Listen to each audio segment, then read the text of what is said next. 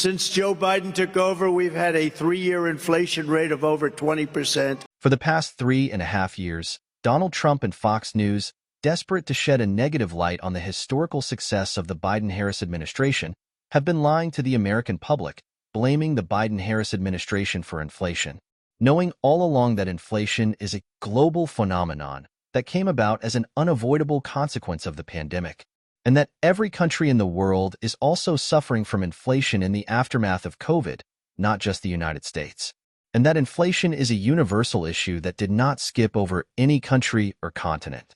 And what Trump and his friends on Fox News also don't want to tell you is that while nearly every other country in the world, countries like England, France, Australia, Germany, China, Spain, Italy, Argentina, and Russia, to name a few, were hit so hard with inflation that in many instances suffered a national poverty crisis in their countries, under the Biden-Harris administration, the United States has led the fastest recovery from inflation of any superpower in the world.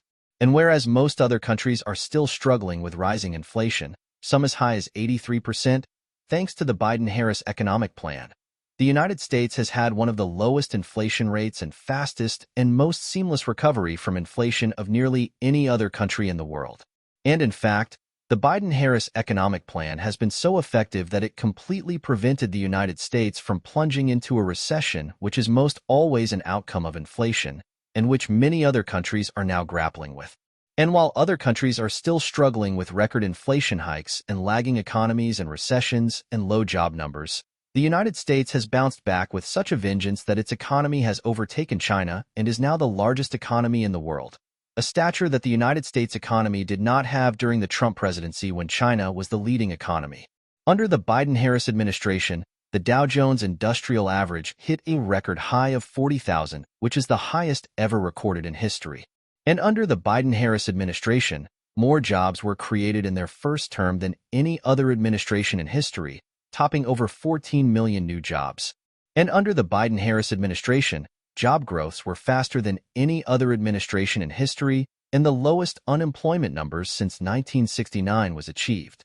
Under the Biden-Harris administration and their investment in the American Rescue Plan, African Americans are enjoying the highest job boom in history.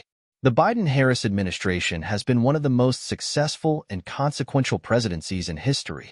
Now, compare these accomplishments with the utter lack of accomplishments of the Trump presidency, a fact that caused Trump to be declared by historians as the single worst job creator of any president in United States history, actually leaving office in 2020 with a negative number of jobs created, meaning that Trump actually left office with 3 million less jobs than what he began with.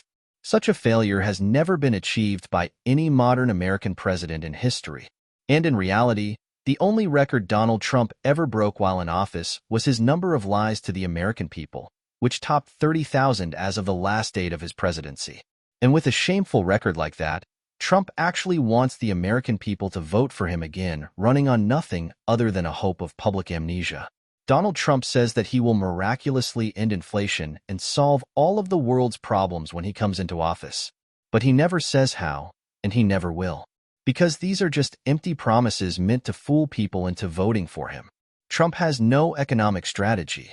His platform is to cut taxes for the wealthy and to impose more tariffs, a plan which 16 Nobel Prize-winning economists have warned would fully reverse our economic recovery and plunge us into increasing inflation.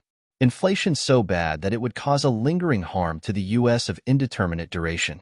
The truth is that Trump cannot end inflation. Trump is not operating on a sound economic plan that is grounded in expertise. In fact, Trump's only plan is to repay his wealthy campaign donors with lower taxes, just like he did in 2016. And as far as tariffs are concerned, the Biden-Harris administration has already put tariffs in place. Trump says he wants to drill, but the Biden-Harris administration is already drilling more oil than any other administration in history and has made the U.S. the largest crude oil producer in the world. So what is Donald Trump going to do to end the inflation that is so unique? He won't say. We haven't forgotten the disaster, deception, and chaos that was his presidency in 2016. Trump has no vision for the future other than retribution for his enemies and making the same empty promises that he made in his last presidency.